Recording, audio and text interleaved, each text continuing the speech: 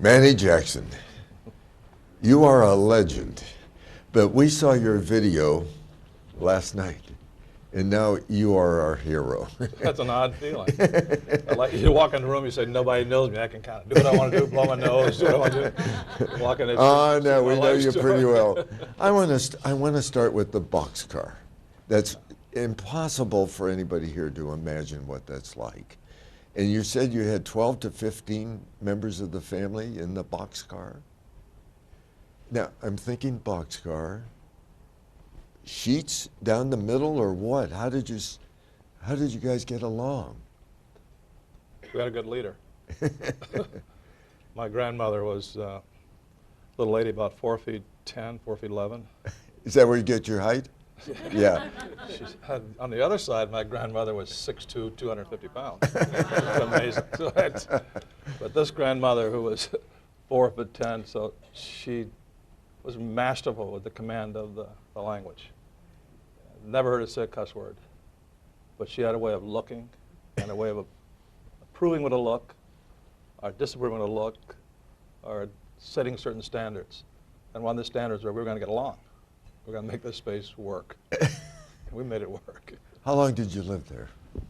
They were there, before I was born, they were there like 5 years. I stayed there until my first year of school. And that's when my other grandfather said, we got to find a place to get you in school. Did you feel any different, or did you think that's how people lived? Thought that's how people lived. Yeah.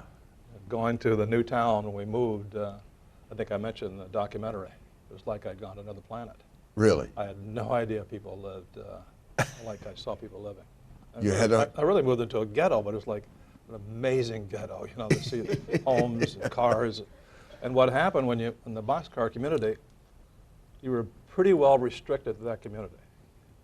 So we didn't venture out of that. It wasn't like we had cars parked in front of the boxcars to go drive and take rides on Saturday or Sundays. You were pretty well restricted to there. Yeah. If you were a kid, you didn't see very much. But no, we thought that life started and stopped there. So you grew up in the boxcar, and then you moved. And what is it that drives you? What is it that made such a difference in your life? Well, I don't know how folks feel about this generally. I can only talk from my standpoint. I don't think there's anything stronger or more significant than family structure. Really? Yeah, and I think the family structure and the family value and the family community, to me, is an absolute. When I go through streets of Chicago, Oakland, in Harlem back early on, across this country, when I see the number of single parent or no parent. Does that get you? Well, you realize the odds are great. The odds are almost impossible. When I taught school in the west side of Chicago, we were surprised to find out that we had like 20 or 30 of our students who were living alone. Alone? In abandoned buildings, yeah. Now, you wonder why the incarceration rate ends up being over 50% for black males, and why the dropout is high. And they can't make it, can they? So go back to your question. The family structure to me was an absolute. Starting with your grandmother? Yeah. Did you have a father in the family? My father was there, and he went to the Navy. Oh, he went to the Navy? Then he came back. How close were you to your dad? Don't say where. I'm still close to him. My father passed away 2 years ago. What do you mean you're still close to him?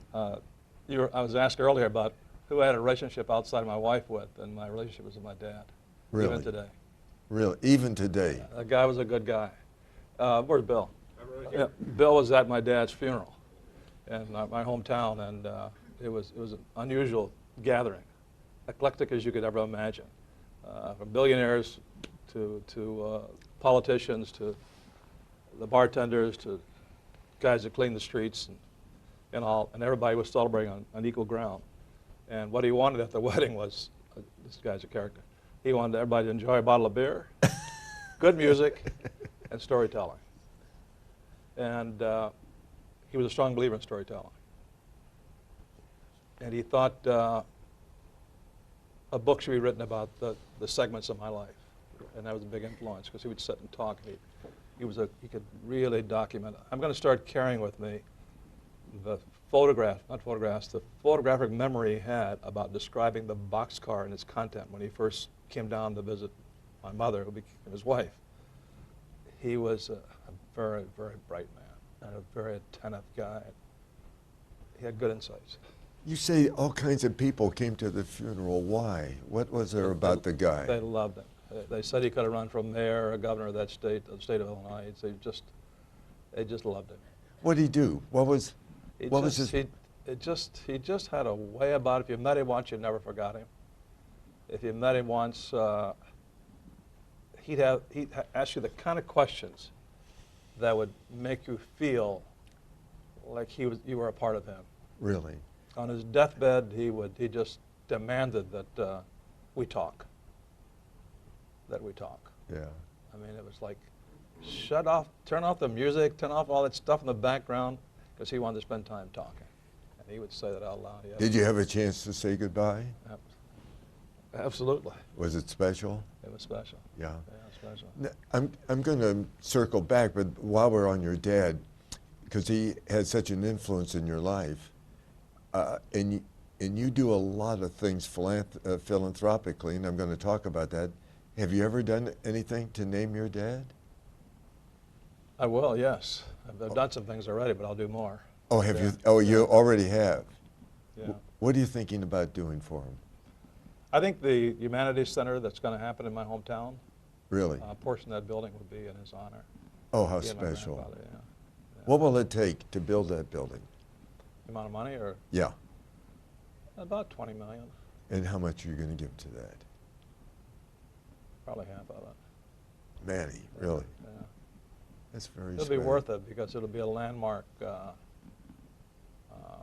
example, not just for that community, but regionally and nationally. And because of the platform that I happen to have through basketball and the Hall of Fame and corporate work, I think it's a good example.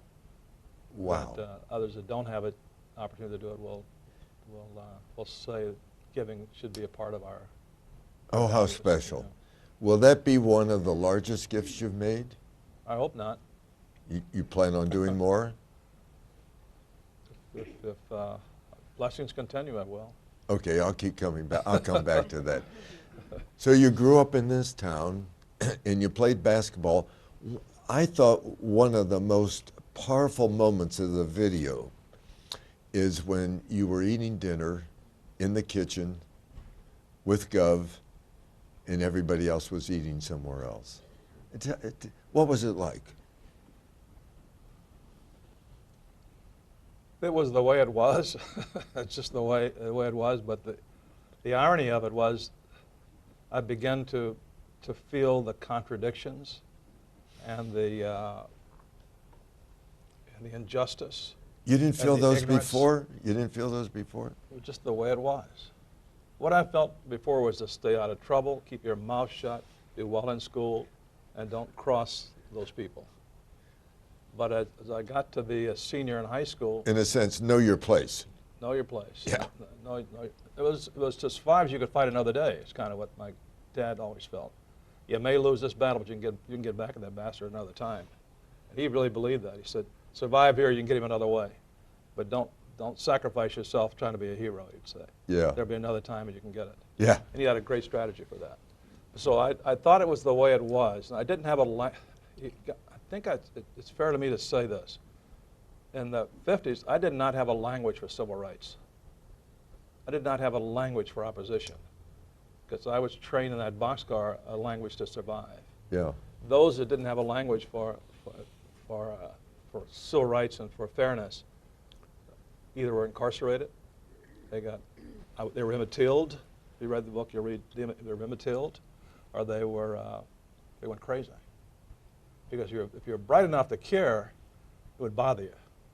So you have to have a strategy to say, I'm taking this because I've got an alternative plan for life. And those that didn't have an alternative plan that had any brightness at all, any sensitivity at all, they were struck by it. You had friends who felt the same? Had a few, not many, but a few. Not many? No, not many, a few. The best friend I had ended up being Reverend Jesse Jackson. Really? You went to school with him? Yeah, When did you, at what age? 16 and 17. Really? Yeah. What was he like? Just as he is today, articulate, thoughtful, cantankerous. Yeah, Jesse, when I say teach, I don't mean we sit in a classroom and he was lecturing me, but I watched him deal with issues of discrimination, and I never knew the language of rebellion or the language I never knew the skill of not accepting it, and it was skill and courage. I never knew about that stuff. There was something on the other side of doing that. There was a way to do it, and I watched him do it consistently as a 17, 18-year-old. Did he help you understand that this wasn't your place, that you could speak up? Talked a lot about that. Yeah. When he was at the University of Illinois, he came in as a quarterback, 16, 17-year-old quarterback, an excellent quarterback. Really? He was 6'2", weighed 200 pounds, very fast and very bright. And the University of Illinois and the Big Ten schools at that time had no idea of having an African-American quarterback in those days. Oh, really? It's tough enough to have someone Of play. course. Yeah, yeah, yeah. So he came out of North Carolina, and he had a big mouth, talked a lot, and talked strong. And he was in constant, trouble. He was just in constant opposition to the way things were in those days. And I watched him struggle with that before he left school. And I watched both sides of how they reacted to him and how he reacted to what he was doing. Did he end up playing ball? Played at North Carolina A&T, I believe, went back to his home state, hometown. Ah. Yeah. When did you find out that you could play basketball? At what age did it occur to you that you had this stuff? I hate the fact that I've written a book and a documentary. when I went to see the Globetrotters play that time, these were our heroes. They were the best basketball players in the world, and they were global stars. And they had the swagger and carriage. You can imagine a team that had all the NBA All-Stars on it today who were black. The top 7 or 8 ball players black. That's what the Globetrotters looked like back in those days. So I went to see them play. How old were you? Probably 11, 12 years old, something like that. Yeah. Very young. And I had to be 11 years old. And I watched them, and I thought, I watched people. And I watched how much respect that they were getting from an audience that typically disrespected people of color. I also watched everybody having a good time. And I knew they were very skilled. So I left that game, and I didn't know what they were doing when I saw them dunk a basketball. I just saw the ball go through the basket real fast. So I couldn't figure out what they were doing because I'd never seen it done before. So I got a tennis ball, and I tried to do what they did. And I thought they were throwing it off the backboard real hard. And about 2 or 3 times trying it, I realized they were throwing it down to the basket. So at 12 years old. You hadn't played before? No, really? I was on the sideline. But I found myself getting up high enough that I could throw the tennis ball down to the basket. And so people saw me. And they started saying good things about what I'd done. So I figured, I'm good reinforcement for doing something positive. So I practiced like crazy. Did you? I learned the value of practice and repetition and excellence. I learned the value of excellence. And I practiced like crazy. And I'm going to tell you, I got really good at it. And it encouraged me that I could be good at almost anything I wanted to do if I worked at it hard enough. Do you really feel that? You can be good at it? Absolutely. Absolutely. You are good at anything? Absolutely. The next book I write will be a book on business. And it's simply going to say, everything I learned about being successful in business, I learned as a 7th grader in basketball. Really? And it starts with being passionate. Who encouraged you? I'm sorry, interrupt. Passionate? And being honest and hard work, you know. But who encouraged me to play basketball? Yeah. There must have been someone along the line who must have said, Manny, you've got something. Well, the coaches knew. That's the first time I realized that race was less important than winning basketball games. And that was a lesson learned. That race is less important. Oh yeah. On a school ground, they started picking kids. They didn't pick by race. There was only 2 baskets, and if you won, you stayed up. So when your turn came time to pick, you wanted to stay on the floor. Yeah. And it felt good to me to be picked each time and to stay up a long time. Yeah. And the coaches didn't get lost on the coaches too. When did you discover that you could jump and never come down? I was 12 and I dunked that tennis ball. It wasn't long after that I was dunking a basketball. That's amazing. And that was scaring. That was scaring people back in those days, and I Yeah. enjoyed it. So you decided to go to the University of Illinois, and that really made an impact. Were you on a scholarship? Yes, Full scholarship. absolutely. It'd be fair to say you owe the university a lot. It'd be fair to say that if I were going through university today, I'd probably be in jail.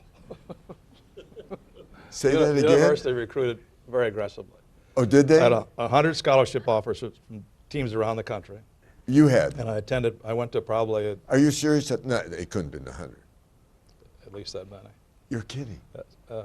And I went to schools around the country to visit, and that was fun to visit schools. But as it got closer to making the decision, the aggressiveness of which they recruited You don't would be mean, absolutely illegal today. you don't mean, Oh, yes. okay, we won't Oh, get into that, okay. Yes. Yes, and there weren't that many rules in those days. And, Ah. and the schools that had decided to go, I hate to say go black, had to go with the best players rather than the best color schemes, were very aggressive because that was their differentiation. And only a few schools had made that call. We saw in the video, it was all white except for you and Gov. And that was pretty much the case in college too. And against the teams that you played? Very seldom. In fact, all the black ball players in the Big Ten knew each other. Just a handful of us playing at the time. But yeah, that was pretty much the case. I can remember playing NYU in Champaign during the Christmas holidays. And they had 3 black ball players, and all 3 ended up in the NBA at some point or another. And we're still friends to this day because when they Are came you? to the town, it's like there were 5 of us in the community. It was a club. It's Yeah, pretty that- much a club, yes. Yeah. So you finished university, and then did you go to Whirlpool then? I went to Tuck Tape. Oh, okay. For how long? Just about a year and a few months. But they were good to you. Why'd you leave? I got addicted to business in the way that I got addicted to dunking that basketball. Are you a little bit that way? A lot that way. Okay. Yeah, a lot that way. I don't do things I'm not passionate about. Really? And I got passionate about the game of basketball. And I got passionate about business. I got passionate about the art of the deal and the competition I saw in You like the business. deal? I love the deal. Yeah. Yeah. I love the skill of being prepared to anticipate what it would take to be on the other side of the table. I enjoyed that. When you make a gift, and we'll get to your philanthropy in a little bit, but when you make a gift, do you deal? Yes.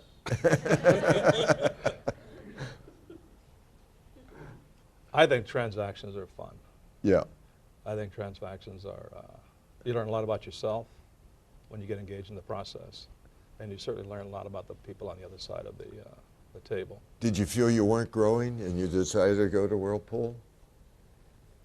When I left Tuck Tape, Yeah.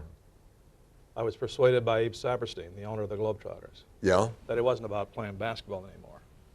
The NBA was restricted. And I tell this story. It was restricted? Yeah, back in the late 50s and early 60s, this really goes back some years, folks, they had a quota system. You're in an the old NBA. man. Yeah, they had a quota system, absolutely. In the NBA, a quota system. And they used to joke about it, the black players used to joke about it. They'd say, you play 2 at home, 3 on the road, and 4 if you're losing. and Red Auerbach was the first one that said, I'm going to win. I'm going to win. And Red said, you're not going to put a quota on me. And Auerbach went from having the quota of 2 players or no players to having 5, 6, or 7, whatever it took to win. Bill Russell, who's now legendary Hall of Famer, was Sure. drafted by St. Louis. But St. Louis already had a dark-skinned player. So he couldn't go? Well, he could have gone there, but they traded him to Boston, because Red Auerbach says, I don't care what color they are, they can play. And they got 2 players, end up being almost Hall of Famers for Bill Russell. Wow. So I wanted to play, and it was hard to find a place to play. When I was in New York, I was going to tell you, there were 27 players in camp, and 18 of us were black. And Hank Rosenstein came over to us the black ball players, and said, I can only take 2 of you guys. Wow. And I knew right away what he meant, two of you folks, two of you guys. And so I was competing against those 18 rather than a broader group. So when I went to Tuck Tape and played and worked, I realized that business is where I wanted to end up being. But Abe came to me, not with a basketball proposition. He said, the world is going global. He said, the opportunities outside the U.S. will be many times greater than the opportunities in the U.S. You'll be treated differently. You'll see the world. You'll be the future. For a black player or for a me business? Personally, for me personally.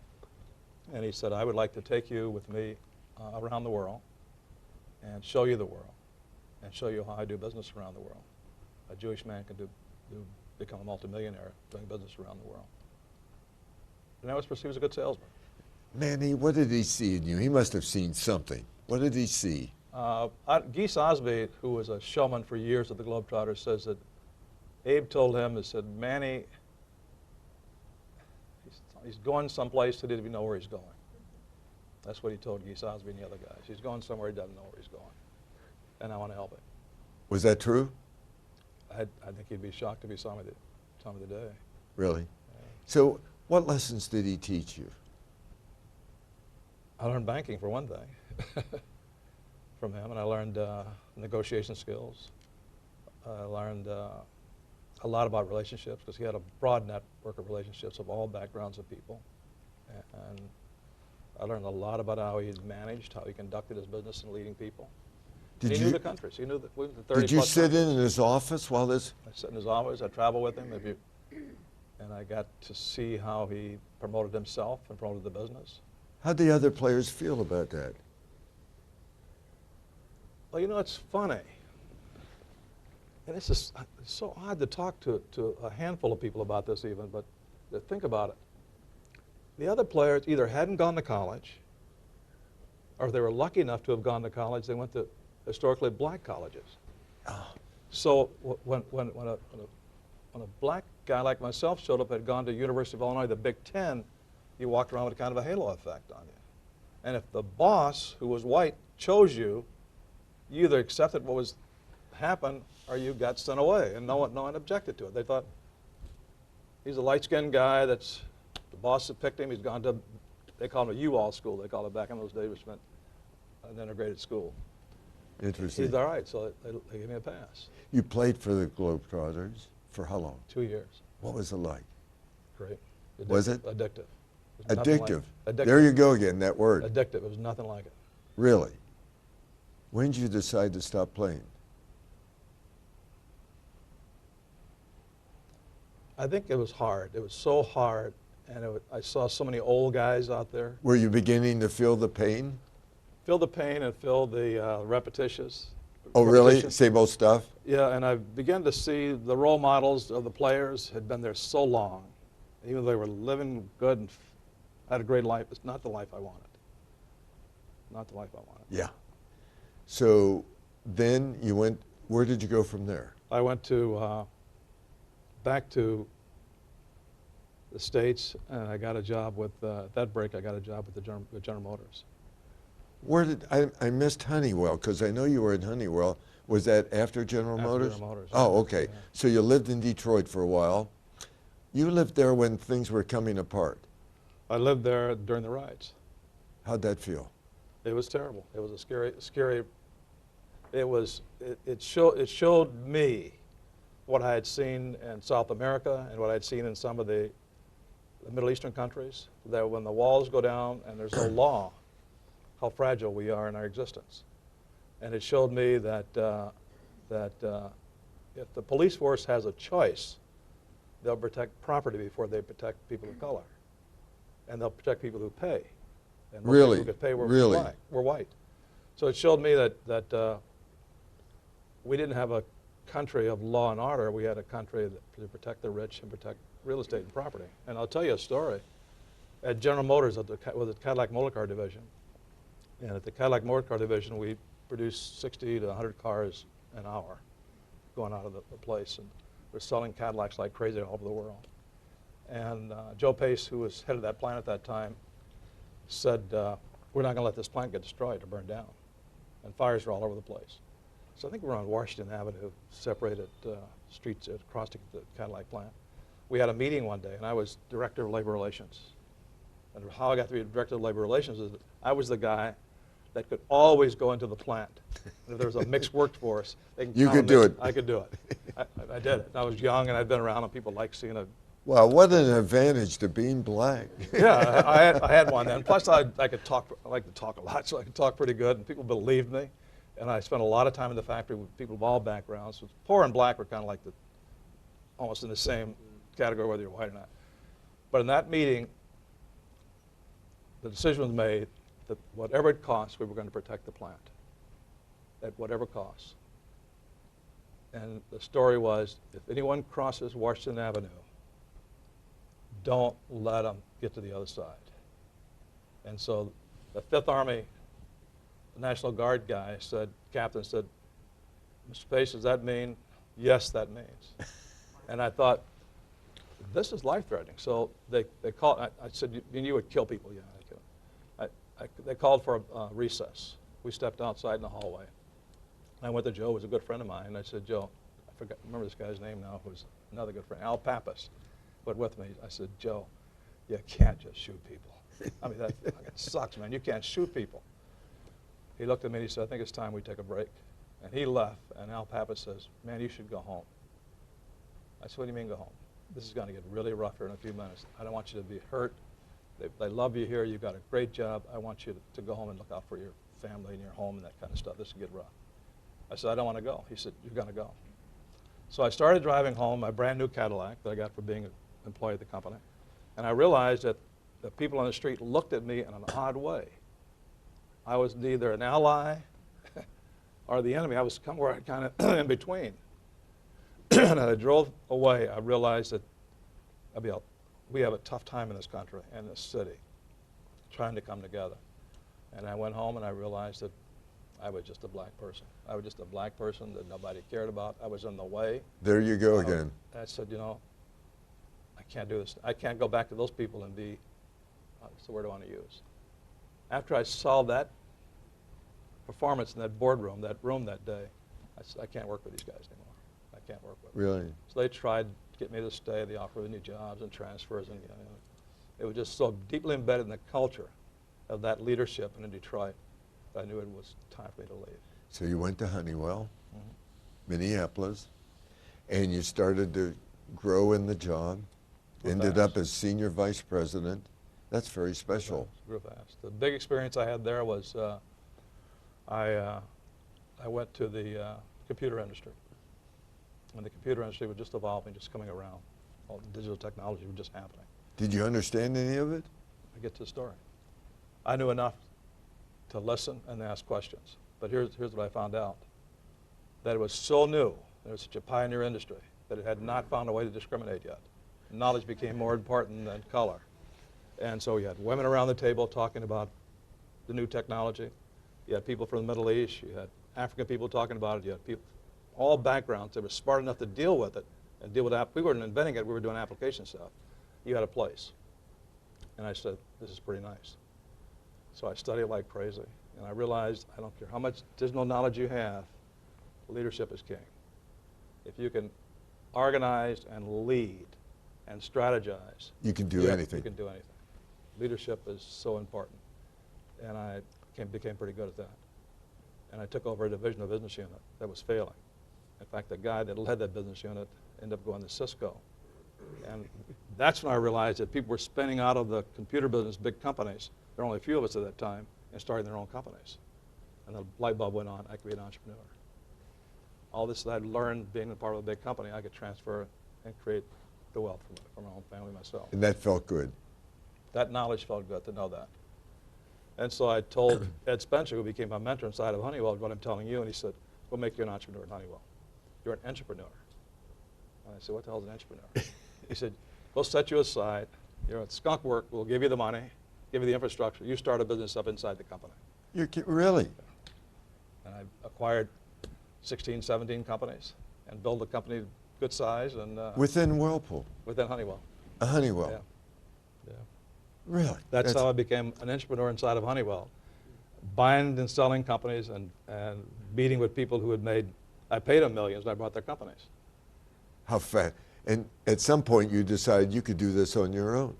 Yeah, I did. I kind of knew. In fact, each of the guys I would acquire would always say the same thing. Why don't you do your own thing? Before we leave there, you became, as one of your responsibilities, you were in charge of contributions for the company. And you had people like us calling on you. All the time. All the time. And what was it like? Was it hard making a decision? Well, we only had, I can't remember the number. I'm sorry, it's been years ago. I don't know if it was 20 million or 30 million. It was some, in today's number, it seemed like a small number. Maybe it was 50 million. It was a small number. So, and Honeywell was a large company. Yeah. With a reputation for being really generous in its community, and so we were being called on all the time. I had my staff screen the early callers, and then I would go on the final meetings for the negotiations. But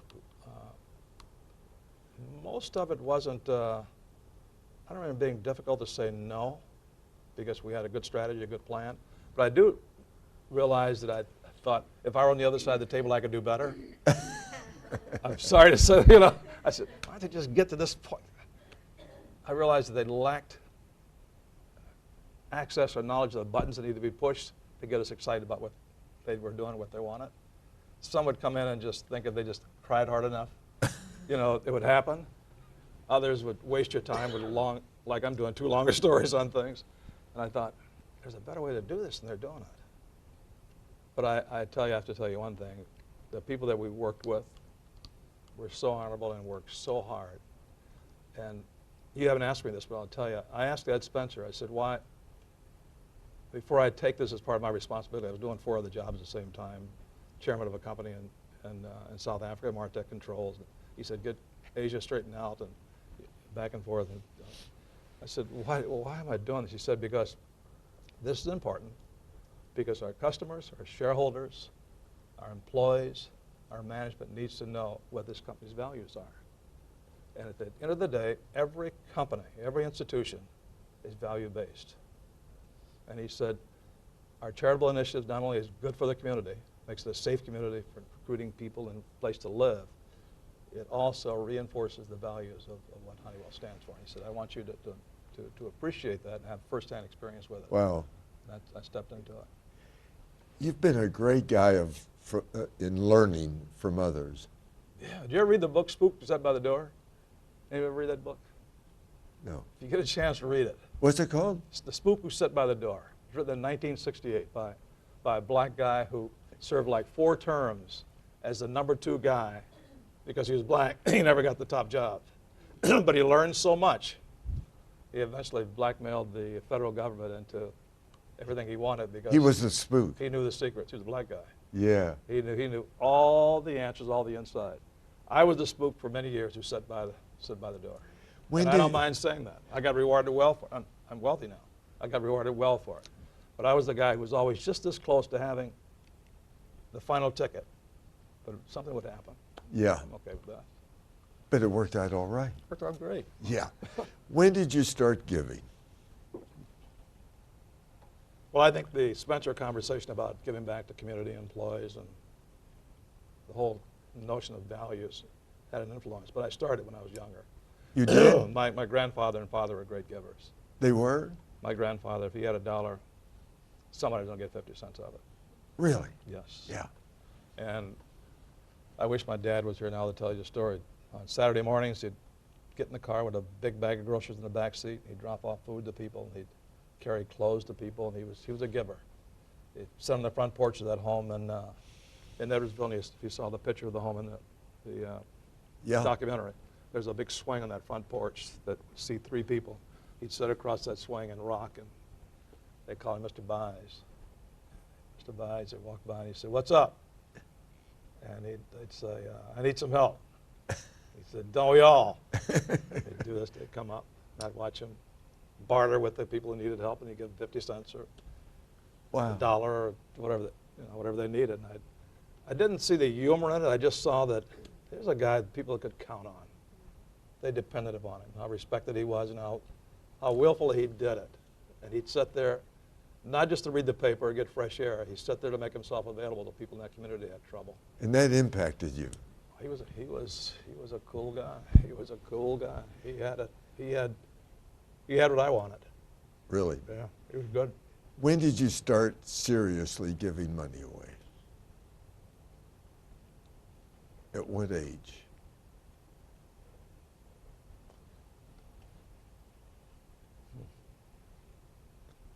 I don't remember when I first. I've been doing something like that all my life. You have. Yeah. Do you talk to Kathy about your giving? Yeah, I mean, that's a part of our family value. We don't Is have it? to talk about it. Yeah. Is it? It's not something we have to say. What's your intention? And the kids know. They've grown up that way? The kids have grown up that way, and they know that it's based on sharing. Really? Yeah. Let me ask you about Kathy. I know she's not well, and you Getting said better. getting better, thank God. You said that you wrote an epilogue to the book that you did not include. Yes. And what was in the epilogue? Just before the book was to be released, Kathy was diagnosed with stage 4 ovarian cancer. And the Mayo Clinic group said, we want to do surgery, but we think it's spread so far, and depending on where it's attached and that kind of stuff, you might not make it through it and that kind of thing. Where were you when you first got word? In Phoenix. We were in Phoenix. So we had that time before we decided to go to the MD Anderson in Houston, Texas for a second opinion. A great doctor named Dr. Lauterbach intervened and said, I want to do it another way. But we had that time to talk about our life and talk about the kids and talk about our hope that we'd have grandkids and talk about what we've meant to each other through all of this. And for her to tell me how good our life had been, so to speak. And so I started drafting an epilogue to talk about how train wrecks happen. You can ride along a perfect ride. Everything is going just beautifully. You're meeting wonderful people all the time, and you're going to great events, Bill, all the time. You're seeing things that you never dreamed you'd see, and you kind of lose track of how fragile our gifts are and how fragile our existence is in life. And when the train wreck is just about to happen, I believe that it must happen like a good basketball shot where it happens in slow motion, and it gives you time to say, did I put the cap back on the toothpaste? Did I make that phone call that I should have made? Because I think we had that moment where we felt like it was going to be, this was it, and we spent a lot of time talking about this was the epilogue of all the things, the unfinished business together, and the unfinished business with others. And I started writing this thing, and I think it's the best. The book wasn't written. Enjoy the book. Read the introduction, and read chapter 8, Wisdom. The rest of it's kind of. But the epilogue was going to be is the best of my writing.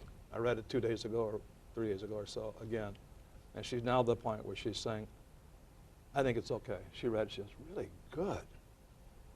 But I think my heart was in another place when I wrote, and I was getting it down because I was just spilling this stuff about our relationship and about what it feels to see this unfinished business kind of in front of us, but it was greatly outbalanced by the finished business that we'd had together. So we had moments to celebrate. And so she said, I don't want anybody to feel sorry for me, so don't put that in the book. So the book got truncated with a story that there's some key words in there. If you read it, you'll see that I'm talking about a tragedy that's happening. But it's not like the epilogue where we talk about if you have cancer in your family, you know, it's a horrible thing. Finding care and people you can trust and people you can work with is hard, and it's an ugly experience for the people who have it, and they go through chemotherapy and your kids having to find out. But that's The folks at MD Anderson helped solve the problem, worked on it. you know, I don't want to say this, but I have to tell you, the guy at MD Anderson, as soon as I walked in, he'd gone to Google. Of course. And I said, I think he's treating me so nice. He must think I'm going to give a big gift to MD Anderson. And he's treating, the guy was such a basketball fanatic. He loved sports. And Kathy would be sitting there and he'd talk about, you know, what the Celtics were doing and how was it when you played so-and-so, or I read about this. And this thing developed between us. And he'd tell me confidentially, he said, or privately, he said, Manny, whatever it takes in this hospital, things that I'm in charge of here, we're going to give Kathy the best, and we're going to get her through this. Wow. And I went to sleep every night knowing that She was getting the best. Doc was on it 24/7. That's very special. Just so funny that basketball came back again. We became good buddies. In fact, when I left there, I gave him the game ball. Oh, did I you? gave him an autographed Globetrotter Have you made ball. a gift? I will. We're in the process of looking at that, yeah. Will it be a large gift? It's likely to be. That's Kathy's call. She's working with them now, doing some volunteer work now. Oh, is she? At the hospital? At the hospital, yeah. Yeah. Does the name Joe White mean something to you? Everything. No. Modern times, Joe White would be the Joe White I'm thinking of, Dr. Joe White, Yeah. who was the president of University of Illinois. By the way, he sat in your seat 2 years ago, right here. Oh, is that right? Yeah. We just talked for 2 hours on the phone 3 to 4 days ago. Really? About corporate governance. Tell me about Joe White. I'm going to tell you about Joe White because as we get to the end of this, and I know you folks are sick of hearing me talk. I was pretty deliberate in my giving. I left University of Illinois 40 years earlier. I had no intention of giving anything back to a school that essentially exploited this basketball player. The restaurants were segregated. The dorms were kind of segregated. I couldn't get a haircut. Manny, did you feel exploited? Yeah. Ah. But I was exploiting too. I was getting an education, playing basketball, and all that kind of stuff. You know, it's so funny about black folks. There's 2 games that we play. The bullshit that goes on when you have to get by. Then there's another life you have away from that. And I knew that I was getting everything I could get from the University of Illinois. This education was going to be important. While they said, stay away from the women on campus, we knew there were people who didn't share their values, and we had all the relationships we wanted. In fact, if you read the book, you'll find out that one of the stops we made on the weekends, I'll get back to Joe White, that we found a whorehouse. And it so happened the women were from the south side of Chicago. And they were good friends of mine on the south side of Chicago. We ate the best food. We had the best times. We knew all the secrets in that community about who was coming and going to that. But nobody cared where we went because they didn't want to see us anyway on the weekends after basketball. But anyway, so I'll get back from this. What I learned, let me get back to Joe White. Read the book, please. Now I want to hear more about the house. No, get back to Joe White. Very comforting to have a friend because we had few friends there. But anyway, Joe Wright came to me and he said, I want to meet you. This is the president of the university, yeah. He flew down to Phoenix. I said, I'm not giving any money to the University of Illinois. I don't even think about coming by here for that. He said, I just want to meet you. And we go to Ritz-Carlton, we have him breakfast, and it's a grand breakfast. He's a delightful, engaging person. We found we had friends in common from the corporate world, and in fact, his best friend, he was at Cummings Engine at one time, and his best friend at Cummings was CEO, and we were on a board together at Ashland Oil, and we started talking about Cummings and about Tim Solsa, his friend, and we struck a relationship, a bond, if you will, because we shared something in common. And while he wasn't trying to defend the University of Illinois and its behavior in the past, he listened, which is pretty simple. He listened. No, it's he not. He let me go Yeah. on the University of Illinois. Yeah. Did you let him have it? It just as it turned out, a 3-hour breakfast, it turned out that way. I let him have it. I said, you know, there are a lot of people who would like to be. Anyway.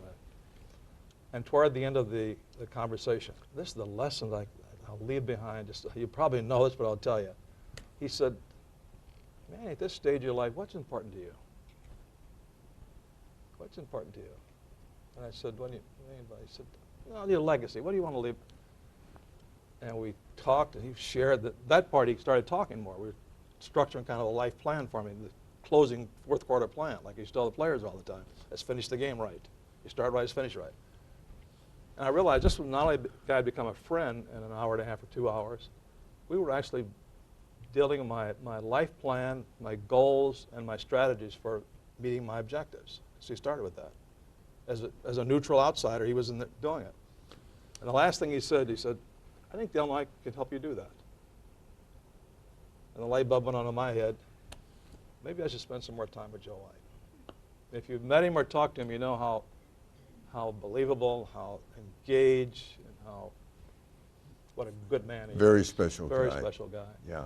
And I'll say to this day, if you pressed him, he would not forget one word that we said in that conversation. Really? I went back 2 years later. I was a convention speaker at the University of Illinois, who never dreamed I'd be on the convention speech at that university. He said, we have programs now that involve students that were like myself, who were kind of underrepresented on the outside, thought we had potential, but didn't have the support systems at home or someplace else. We have programs that are doing that now that Joe helped me get into.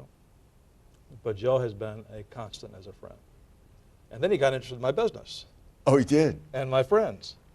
So Joe was writing, I don't know if he told you guys this, he was writing his book, and he stopped the presses on his book, and the first chapter in the book has to do with he and I are having our conversation in our meeting, and the power of leadership, this whole thing we talked about. We all have that book. About leadership. Yeah. I read that you plan on giving $100 million away. I hope I can make it. How close are you? I'm getting there. Are you? Yeah, I'm getting there. What's going to happen when you get beyond? You going to keep going? I'll set on the goal if I live that long, yeah. I'm 73 years old. And my kids know that that's our goal to do that. And they're part of that, and they feel good about They it. get it, yeah. Who will get your largest gift? I don't know. I haven't seen. You still haven't decided that? Yeah. How much does it take in net worth to give $100 million? Because you want to take care of your family. You should have at least $100 million. Oh, at least. Yeah. Who would have said it? I think the last check I'll write will be to the funeral home for my casket. But you should at least. It's the will to do it, and I don't think as much as I've given away in the last say 10 or 12 years, my net worth hasn't been affected by it. In fact, it's been. I have to tell you, I've made more friends and had more advantages in giving circumstances than I have almost any place I've been. My first multi-million-dollar hit to me personally happened by meeting a gentleman named Dennis Matheson. We were volunteers, a children's theater group, and the children's theater had gone through a crisis in my home in Minnesota at the time. And we worked together to correct that issue in that town. And we became close friends. And we ended up doing some deals together. So whatever I gave, which was a big giving to the theater, I got back. And it happens over and over again. I was going to ask this question. Do you find when you give it away, it comes back to you somehow? Always comes back. Any board I sit on is charitable in nature. The kind of relationships that you get established. I talk about the Saturday morning relationship and wisdom, where you can call them on Saturday and say, Bill, I need your help. I need your help. I need to meet somebody. I want to get in this door. And because we met not on me begging, but us sharing and giving, the relationship is so positive. I've made many times over. How many corporate boards do you serve on? You mentioned... I was on 6, 7 at one time. Really? Yeah, that was hard. I'm doing just 2 now. Which 2 boards? Acorn Energy, and I still advise for, I still do advisor for Transamerica. What's been the most satisfying, fulfilling gift you've ever made? What gift has turned you inside out? I'd have to say the University of Illinois. Really? To those kids, yeah. Oh, to the kids? Yeah. If you ever through there, when I went back on campus, you look out, now it's, Bill, help me, it's been, what, 5 years, 6 years? I think 5, yeah. 5 or 6 years? There 5 or 6 years ago, there were kids coming into the University of Illinois that I would say would have left school for lack of interest, or they would have failed, or something would have happened, who now have graduated or close to graduation, and they're just different. They didn't know what they wanted to be or what they wanted to be a part of, and some are going to pre-med, some are going into to get MBAs, others are going directions that, and they all say the same thing: I can't wait till I get out of school and get established so I can sit where you're sitting, Mr. Jackson. And I sit in your chair. Wow. And that light came on. I said, this is going to be Manny's Army. Yeah. because they're all so loyal and so thoughtful, and the values that program that the school has set up has taken a group of kids that felt they were on the outside, first generation, are minority, underprivileged, and the first generation is about 50% female, probably 50% white, and 50%, you know, other racial groups. But they all seem so focused on getting through school, meeting their ultimate objectives, and not someone else's objective, and getting in a position where they can help others, so they can be like they felt the program was meant to be. What a kick. It is just like, it's stupid good. I mean, it's like making a jump shot at Madison Square Garden. It just feels that good. How That much feels have you good. given away so far? Just guess. 10 million, 20 million, 30 million? I think 25 to 30. Yeah. Really? And you're looking at some stuff now? Yeah, yeah. Manny, I want you to face me for a minute. Just face me. Tell me about Bill Sturdivant. Don't look back. You face me. I'll tell you about Bill Sturdivant. Yeah. And I'll just tell you one story about Bill. Not a story about him, but tell you one example of Bill Sturdivant. Yeah. He's the salesman. No. No, let me finish. He's the salesman that you invite over to your home on Christmas morning. Oh my. Now, digest that for a minute. That's a very important time for you and your family. Yeah. It's a very important time of giving and being close to family. He's the person, started out as a salesman, who is now part of your family. Wow. Now, just a minute's notice, that's what comes to me when I think about Bill Sturdivant. That's very special. Yeah. I'm going to stop for now and ask the group if they have any questions. What kind of questions would you like to ask, Manny? I had one. Larry? From the video, I'm a Kentucky fan. Oh. And so it was a bit troubling, didn't shock me what happened to you in '58. But back home, there's always this conversation whether or not the players and Rupp also shared those feelings. Was it mainly from the stands, or did you get that same feeling that maybe the Let me repeat that because we're doing a taping here and they would not have picked up Larry. So what Larry was asking you, because we picked it up in the video, that must have been a very difficult day. Was it coming from the stands or from the players? From the stands. Yeah, Really? The players were, when you play on the street, bad words are used, people are pushing each other around and fighting, but when it's all over, you sit back and you drink a bottle of orange pop and you laugh about what happened on the court. There's a code between hard play and respect for players' ability and that kind of stuff. The players were very respectful, and they knew they were at war with us, and that was a fair war. Even the cheap shots and some words changed. That was okay. anything subtle from the coaching staff? Or I would say to this day, and I was one of those that objected to Rupp being enshrined in the Hall of Fame. I would say to this day, You objected to that? I was one of those who did object to it and would object today even. I would say to this day that as the leader, Mr. Rupp could have changed that audience. People looked to him to do what leaders should do, provide leadership. so nothing was done to silence the audience? Nothing was done? Not that I saw. Nothing was done I was to 18, 19 years old. You know, I wasn't dealing with this stuff like that then. If I were looking at it now, it was a hard time though. But I'll tell you, the good that came out of that, I heard a good story. And when we went to the theater, and we couldn't go in Louisville, and we went down, and so some of the guys went in and some didn't go in. Most of them didn't go in. So Governor and I just said, let's go walk around. Let's find the hood. And we had the day off before we played that night. Two things good came out of this good. So we go to the place called the Glass Bar.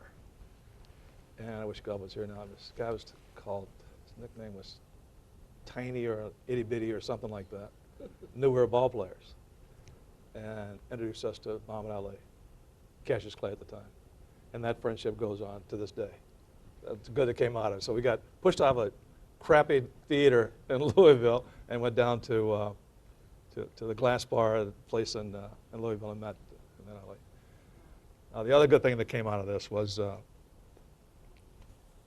we read an article coming back, or the next 2 days, that it said that game changed the attitude about people in the South about having African-American ball players on their team. And one writer said, or referee said, if the South doesn't change, it will not be able to compete going forward. You think how, let me just say, you think how profound that statement was, and what a glow feeling that gave Gov and myself, my teammate, myself, to hear that. But whatever happened, that's behind us, but you can't change the impact that that game had on the group. Jesse Jackson said once, he said the NBA and the NFL are multi-billion-dollar industries, seen around the world. They dominate television, 7, 8 million, multi-million viewers every week. They'd never have known how great the sport of basketball could have become that we chose not to drop the color barrier. And then he paused for a moment and he said, think about medicine, think about science, think about education, think about all the other aspects, the richness we have in our diversity. If we drop this obsession we have with color barriers, how great we can be as a nation. And he used the sport as an example. Anyway, that one statement I read in the paper said, South had changed. That was. What other questions? Yes.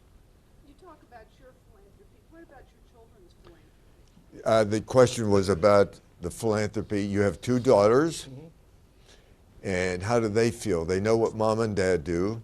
How do they feel about philanthropy? You know, I think I feel good about it, to answer the question directly there. But I think it also happens that you can influence kids by what you do more so than what you say. And I think they see that happening with mom and dad, and it's part of our family value, the values of our family. And I don't mean family values like politicians use. It's just, we kind of. It's who you are. It's who we are. It's just who we are. Yeah. And I know that when I did the descendant trusts recently, that I did it December 31st, you know, we put all this money into actually $10 million into this account. And we said, don't celebrate, because part of your guidelines are going to be, you're going to continue to be as charitable as you can be. And Dad, we're already doing this. They're doing stuff now, and they're having fun with it. It's and great. They're proud of it. Yeah. It's great. So I feel good about that. I think your spouses are feeling good about it too. Yes. If you had one piece of advice that you wish you would have known when you first started out as a leader, what would it be? Are you going to cover that? Oh boy. Because we're going to call on Manny to speak to the group. One piece of advice on leadership. Wow.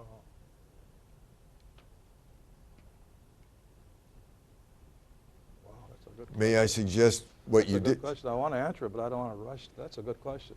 Well, you did talk about hard work. You talked about integrity. I told some kids that it's so funny going around doing this now. I talked to a marketing and sales group of a big Fortune 500 corporation, and with the Northern Trust, the bankers and their clients, and then 3 weeks ago, I was in Delaware with Boys and Girls Club, and a bunch of kids sitting around the floor, like you kids are sitting around the floor.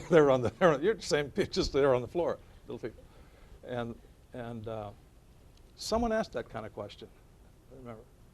And I remember saying, I wish I would have read more, and I wish I would have listened more. And I think I listened pretty well because I didn't have a voice back in those days. I had no voice, so I listened probably more than most. But I left them with the line of read and listen and learn.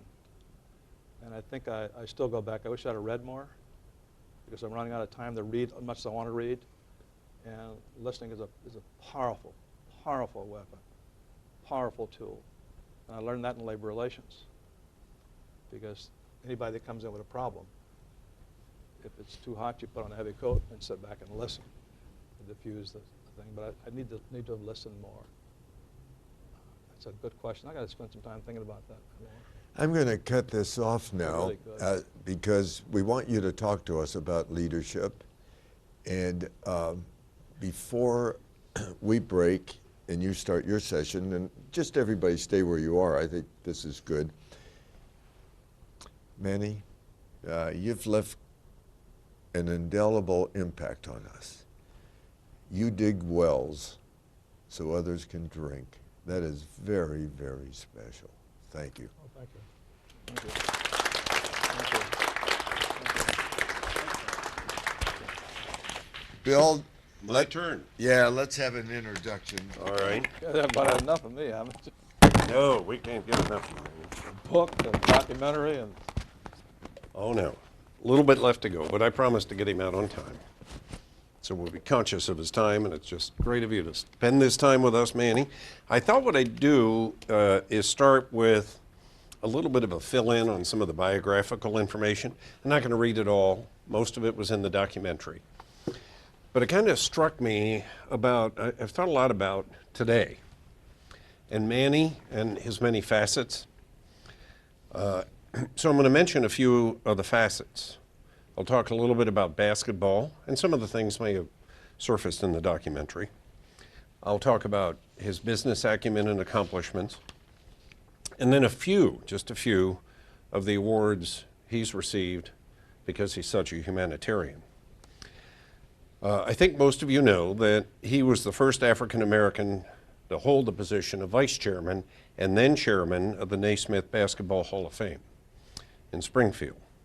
Continuing with basketball, he's been inducted into the Illinois Basketball Hall of Fame as a charter member, a member of the National Black Sports and Entertainment Hall of Fame, charter member of the Black Legends of Professional Basketball and the Naismith Basketball Hall of Fame. But then you turn to business and you think, most of us want to try to be good at one thing. So here's some of the honors he's received for his business acumen. He was named one of the nation's 30 most powerful and influential black corporate executives, one of the nation's top 50 corporate strategists, and in 1992 was named one of the 20 African American high net worth entrepreneurs. And in 2001, the Harvard Business Review published a first-person account of his business principles, talking about how he turned the Globetrotters into a market leader and a renowned team in the world once again. And he served on the board of many, as you've heard, Fortune 500 companies. But now to the humanitarian side. Then I'm going to give you a little backstory as it regards Joe White. One of 12 distinguished nominees for the Archbishop Desmond Tutu Award for Human Rights in recognition of his work in South Africa. And he's done a lot of work there, very good friends with Nelson Mandela. And one of his intended gifts will create a gallery in honor of his friend Nelson Mandela. He was named 2005 Man of the Year by the Winner's Circle for Children, Inc. in Louisville, Kentucky. And the National Civil Rights Museum in Memphis, Tennessee, presented him with the inaugural International Award for his commitment to promoting human rights throughout the world. Pretty special, and that's just a partial list. But now to the backstory. And at my seminars, I talk about we're in the best business in the world because you build and maintain relationships with wonderful people, such as Manny, accomplished people who give back, and what a privilege it is to be associated with Manny and his family. That's why I couldn't help but get, a little lump in the throat when he talked about being part of his family. But the backstory on Joe White.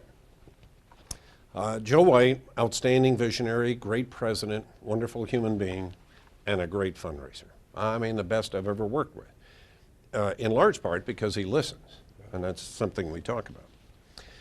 Well, I would meet at least monthly with Joe White, and we would talk about fundraising strategies and his role and people he needed to connect with. And in one of our strategy sessions, he said, Bill, give me the name of someone we're not connected with, someone we should be connected with. And I thought about that for a while, and I said, Manny Jackson. And I said, I haven't met Manny. I've heard him on the media, and I've read about Manny. And I said, you know, as I look at it, thinking about as a fundraiser would, Manny, I said, about the only contact with him has been athletics. And knowing our Department of Athletics, things are pretty transactional with that group. You know, it's not so much about engagement with them. It's usually about asking for a gift, whether that's appropriate or not. And I said, so my guess is that that hasn't been an enriching experience. And Manny's so much more than athletics. I think if we're ever going to engage him, we have to do it at a different level and a different way. I'd say Manny Jackson. So Joe said, I'm going to go see him. And that led to that breakfast meeting. So the next strategy session following that, Joe said, I met one of the most remarkable human beings I've ever met in my life. And I'm redoing chapter 1 of my book. I said, really? He said, yes. I'm redoing chapter 1 because I want to talk about Manny. That's how much he affected me. So I then said, well, I look forward to meeting him and working with him. So I began to think, what was it that affected Joe that way? The same sorts of things that affected me, but it's difficult to articulate. But this morning, over a cup of coffee, I enumerated a few things. Don't worry, I'm not going to read a speech, and it's not long. But I'm still not sure I can articulate the whole thing, because when people ask me about Manny Jackson, my first explanation is, he's just one of the most remarkable human beings I've ever met in my life. Well, why is that? Well, I've ticked off a few things, but I'm still not sure I can totally get my arms around it. I mean, there's just something about Manny. But certainly on the list would be someone who uses obstacles. You know, because you think one of the worst obstacles, a scourge, is that which emanates from hate and ignorance. But he uses obstacles as building blocks. That's pretty special. I don't know that I do as well with so many challenging obstacles. But the other thing that stands out in my mind is he's all about making other people better. You heard that in the documentary. And I've always been struck by the fact that at the end of a meeting and a discussion, he'll ask, what can I do for you? Well, I collected with the seminar, thanks for coming. But, and that's kind of an amazing thing. What can I do for you? Making opportunities for people to do better. And then he combines that with being such a gentle soul. I mean, you've seen that in the interview. But never mistake that for a lack of negotiating skill. His business acumen. I mean, he's a superb entrepreneur and a deal maker, and it's fun working with him on his philanthropy, because philanthropy is not easy. But, you know, it's tough to give away money. You need to dot the I's and cross the T's and line it up and decide what your priorities are when everybody in the world thinks my priority should be yours.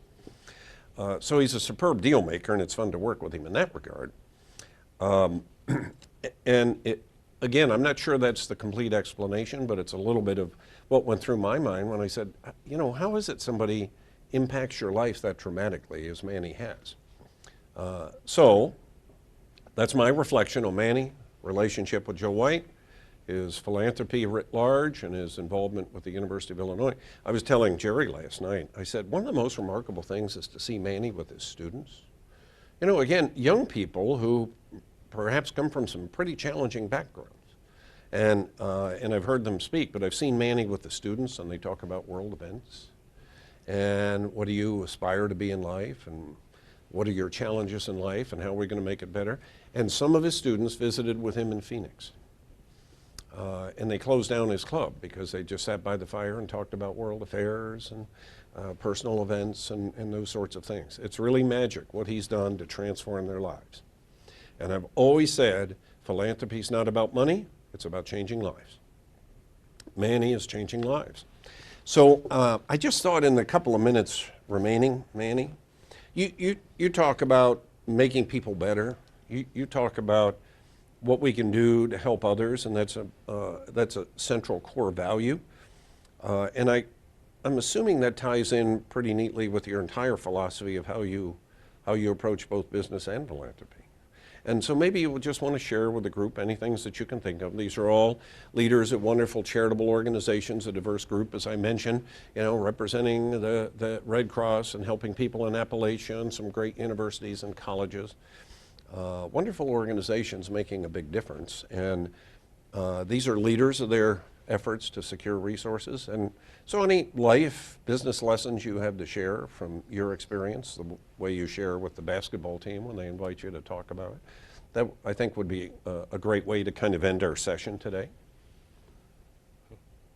I'm not that guy you just described there. Yeah. No, I told somebody the other day, when you spend 16 years traveling with the Globetrotters, people think it's really hard work to some people, but the negotiation and making sure you don't get beat up or things get stolen and you make the right amount of money and that. I don't remember laughing every night. I had a good time all the time. And I have a good time what I do with my life. I sometimes wonder if I should be a little more serious, a little more buttoned down and serious and stuff. And I'm still that little kid, that basketball at 12 years old, trying to figure out how to dunk a basketball. And whatever I approach in life is like, that's that 10-foot hoop I'm going to try to dunk on it and get to. I still have that feeling. When I get it, I repeat it, and I repeat it, and I try to get good at it. And I go on to the next thing. I don't have a lot of tolerance for holding with stuff.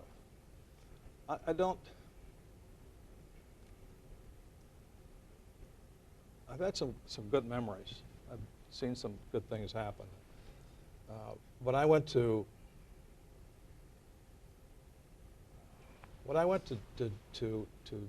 General Motors, I got there because I took a test.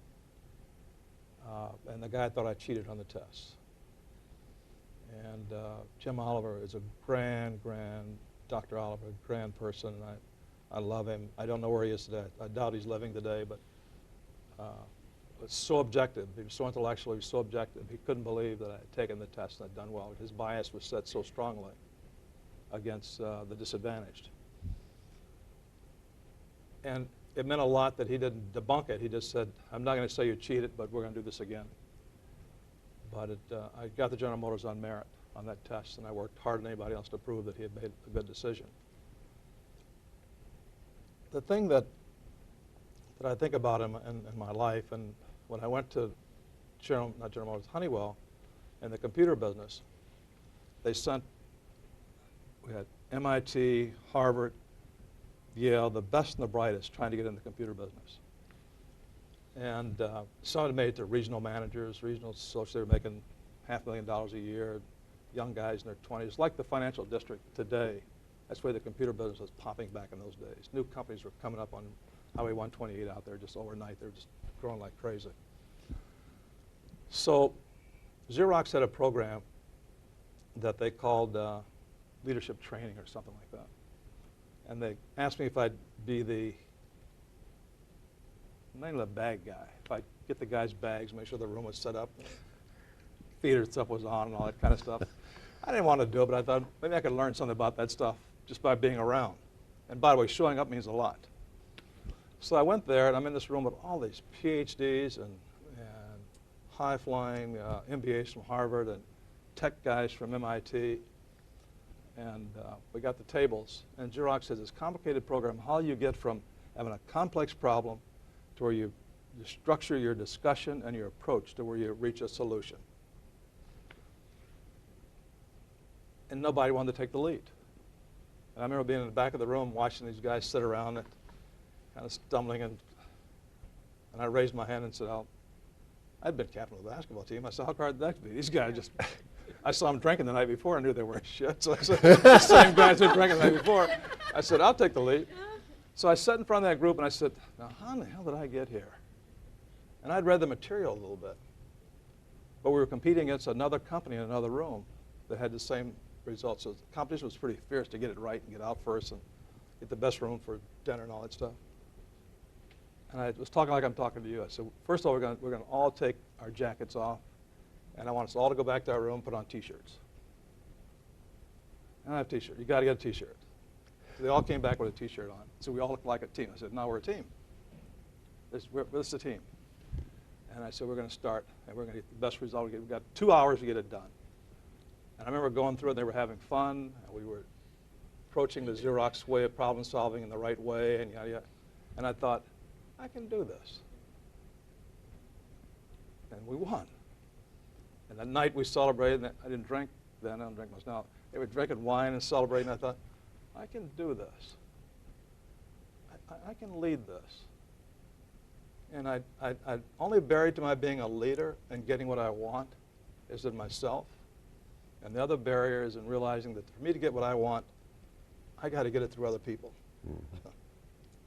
And the issues were so complex they were dealing with, I just kept probing and pushing them and cornering them until we got I wouldn't let anybody get up and go. There was no bathroom breaks till I said it. And we finally got it as kind of like, this is fun work, but hard work, but we won.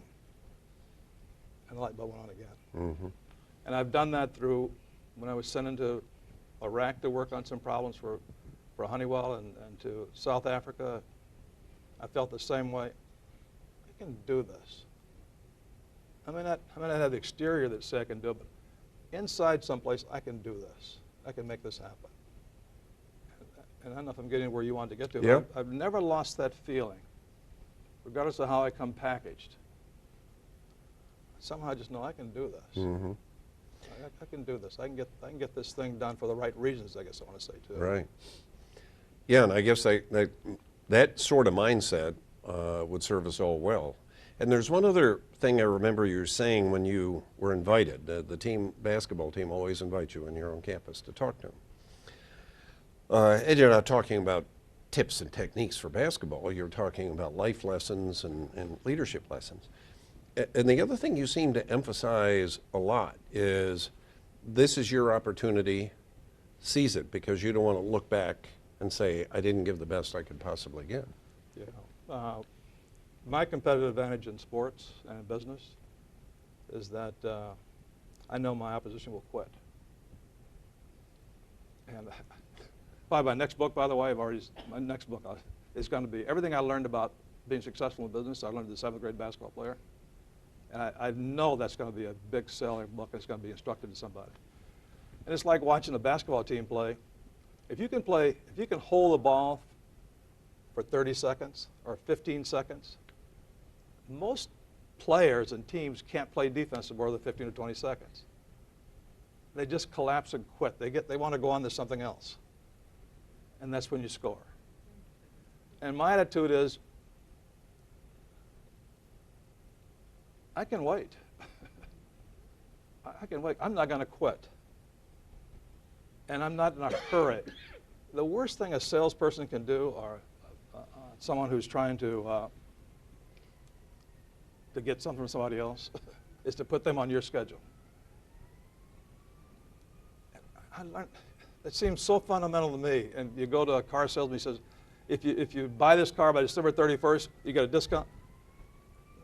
That's less important to me than finding out what I need as far as the schedule. So I think what I try to do is saying, I can wait. My asset is going to be that I'm going to have the patience to get through this. And I'm going to find out what schedule makes it best for them to decide what they want to do, what they need to do. And I found that to be not only in labor negotiations, but in sales and relationships generally. I'm going to be the person that'll be there. I'm going to wait. And you say, well, how do you get it done fast? It isn't about being fast, it's about being quick and about moving in the right direction at the right time. And speed is good, but speed is not as important as what I call purposeful direction and timing. So those are some things I've learned. When I went to South Africa and we were falling apart out back there, some of the black South Africans just hated the fact that I would say, we're going to deal with this on Monday, not on Friday. Because the concept of Friday's a bad time to try to get people to change their mind about doing something just didn't feel right to them and they wouldn't have their full attention. And finally we got to the point where they knew we're going to go after the tough stuff on Tuesday, Wednesday, and Thursday. And we're not going to attack something on Monday and Friday. And that became something they got comfortable with. But I work on trying to think about what is the pace of this? What pace do I want to have and what pace matches the pace of the decision making? Easy thing to say, but not always easy to do. Great lessons. Great lessons, and of course you heard the emphasis on listening. And all of those are lessons that would render us more effective as fundraisers, no question about it. Now, I need to be sensitive to Manny's time and get him out. Housekeeping to the group, I'll start my session in about 5 minutes. That'll give you time to get your chairs back where you're comfortable. I'll walk Manny out, and then we'll start our last session of our seminar. Well, before Manny leaves, we want him to write. All right? And when he writes that, we will have him back, and everybody will get a copy of that book. Right. Manny, you are special. Thank you. Thank you.